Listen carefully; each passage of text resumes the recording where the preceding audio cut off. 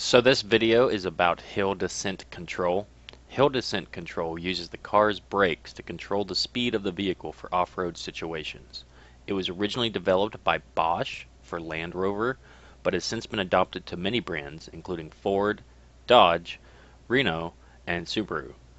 Some have theorized that the hill descent control can overheat the brakes in more difficult terrain.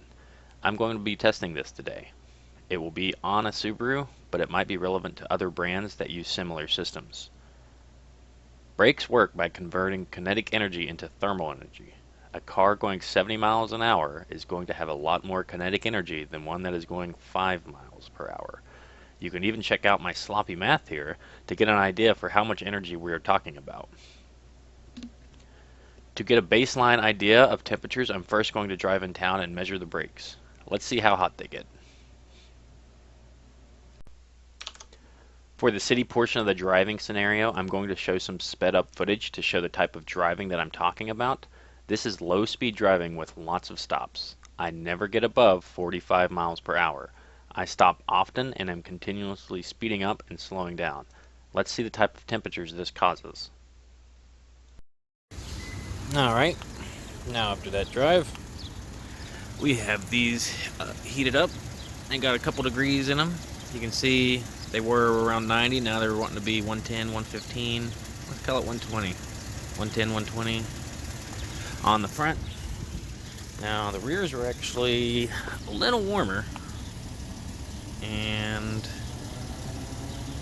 that doesn't appear to be actually true here. Huh, interesting. So I did measure the brakes beforehand, but for time's sake I didn't show that footage. I was showing about 90 to 100 degrees with the rears actually being slightly warmer, but it seemed like once I drove a little that went away. I then drove on the highway for a few miles at approximately 70 miles per hour. I pulled off as soon as I could and measured the brakes again to try to get a good measurement of them in use and not when they had had time to cool. Again, this isn't super scientific, but it's just kind of to get a baseline before we go test it off-road. Just pulled off the interstate. Ooh, 150. 157. That got him hot.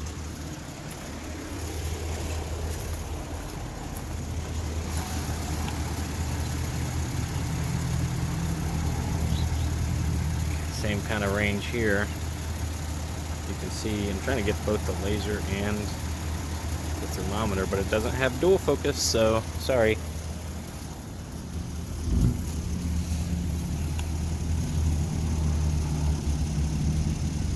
Same kind of temps in the back.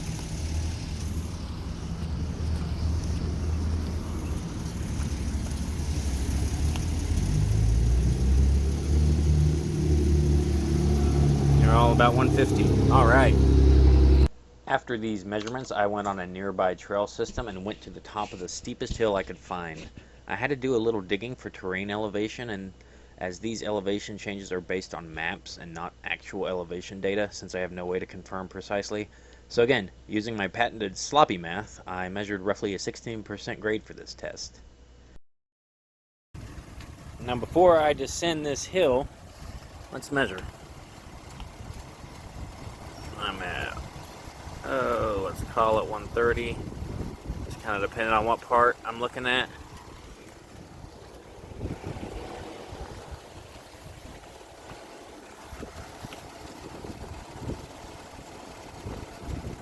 This one's actually a little bit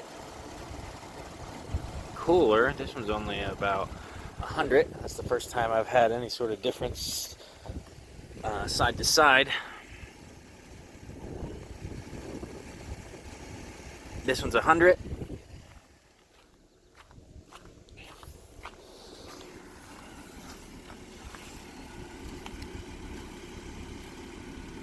And this one's 100. So I'm going to descend from this beautiful deforested area down to the coordinates shown and measure it when I get to the bottom of the hill. So I'm not breaking any laws by holding my cell phone since this isn't a road, but currently the car is just trucking down. Actually, it's steeper than it looks. It's always hard to show on camera. Oop, it's sliding a little there. So I don't have anything near the pedal.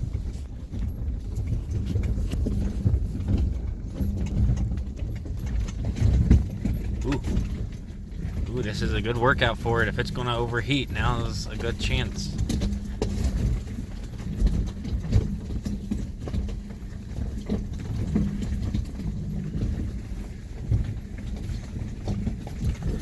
See, this isn't so bad. You can drink a beer, watch a show on the GPS. Nah, I'm kidding. You shouldn't do any of that stuff. You should pay attention while you're driving.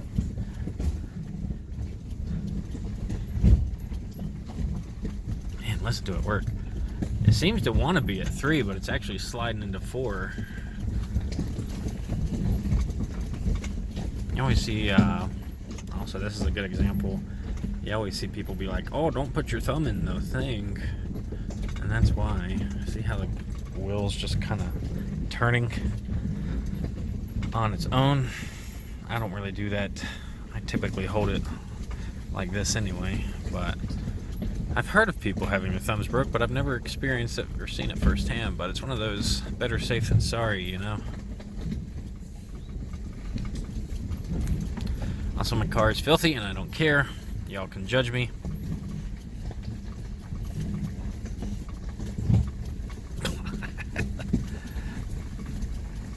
It is not like that.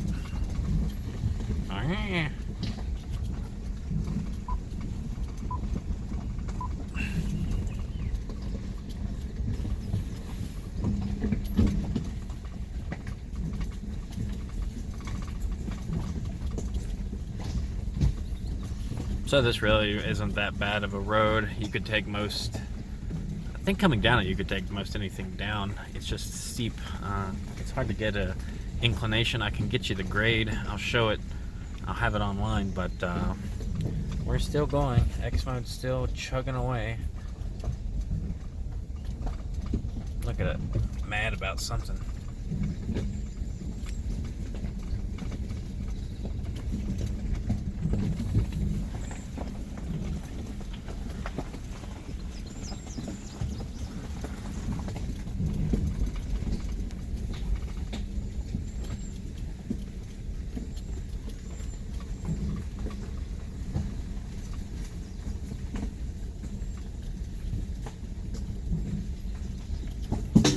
Ooh, did you hear that?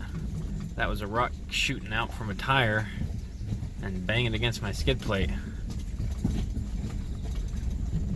La da da. You know, I think if this shows to be any hotter, I think there's a lot of merit on in extreme situations. You know, I don't know if you could do it on the East Coast, but in the Rockies you could. But in extreme situations, I think there's definitely merit to like this system could actually overheat the brakes if we're showing us to really heat them up. I know I have already done the kinetic energy for a 4-mile, 5-mile-an-hour car versus a 70, but you know, it's a time thing. Like it's a heat sink thing. Like how fast can it evaporate heat? Pretty quickly, but it's a lot of heat we're putting into those brakes right now because all those brakes are working overtime, and that's what we're testing out today at the end of the day. A couple other things. I don't need air conditioning. It's 64 degrees according to that. We can argue over how accurate it is, but it's accurate enough for this sort of thing. The car just decided it's nighttime because we're in tree cover now, but I think that's just because, really just because we're in this heavy tree cover, because it's actually pretty bright out, but you can't see it now. That's okay. Nothing wrong with having headlights on, unless you're at a drive-in movie theater. Don't be that guy. We're still going. I have yet to touch the gas or the brake. I'm only holding the steering wheel. That's what this system's supposed to do, right?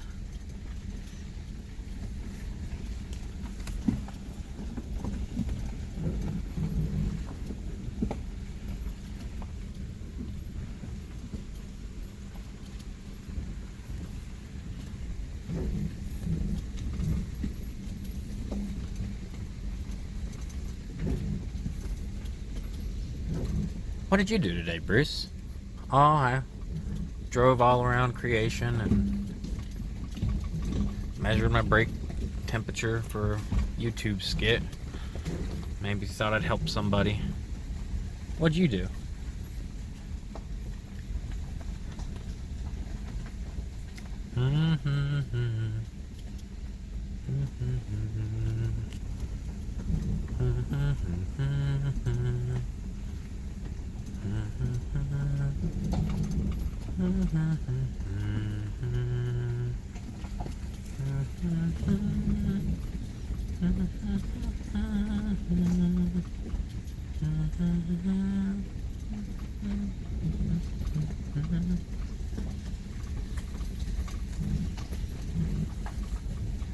I think we're almost there.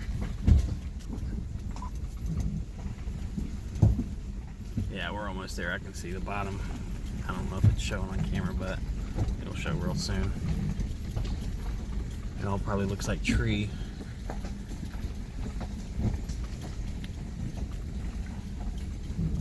The system works really well, actually. I gotta give it credit. Was it Bosch? Is this a Bosch system? I know it originally started in Range Rovers. I'll do a quick history on this, actually, at the beginning. When I go back and edit this, I'll look into this. I know Bosch developed the VDC systems for the Subaru, but I don't know if they did... Oh, there's the bottom. I don't know if they did. So I'd say this is level, to give you an idea. That's what the steering wheel looks like. I'm not doing this, by the way. Alright, I'm just going to keep it rolling. I'm going to put it in park when we reach the bottom. I'm going to measure these brakes. And we're going to draw some conclusions from that. So my hypothesis is it's pretty much... It's a long shot, but it is possible to overheat these brakes. Alright, let me park. I don't think I'm going to be blocking anybody, but...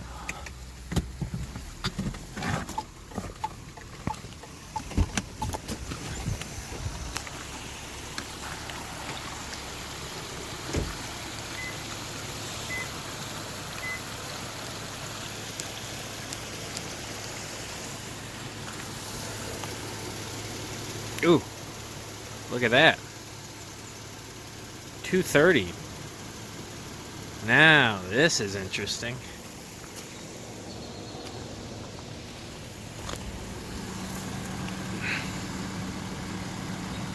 This one's cooler again. Well, a couple degrees cooler. It's still 200. Oh, nope, 230, 240. Okay.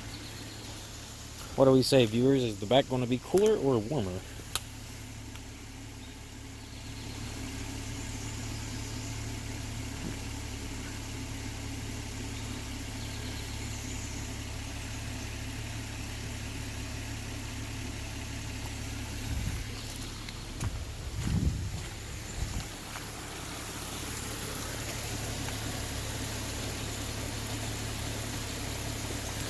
So 230 in the front, 180 in the back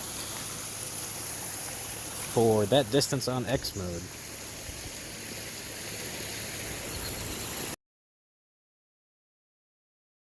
So we got those brakes up to 250 degrees using the hill descent control for a long steep grade.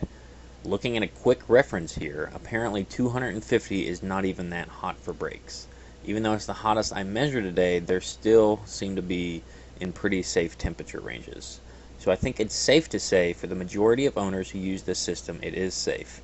I think in extreme elevation changes and for extreme duration, there is still a chance to cook the brakes, but it's so minor I'd say the system is still safe.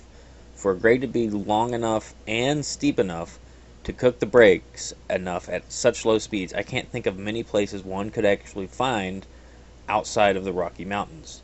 You would have to be at the point of almost having no grip on the tires for it to be steep enough, and that situation would have to last several miles. Hope this helped someone out there. Thanks for helping me enjoy another day in West Virginia.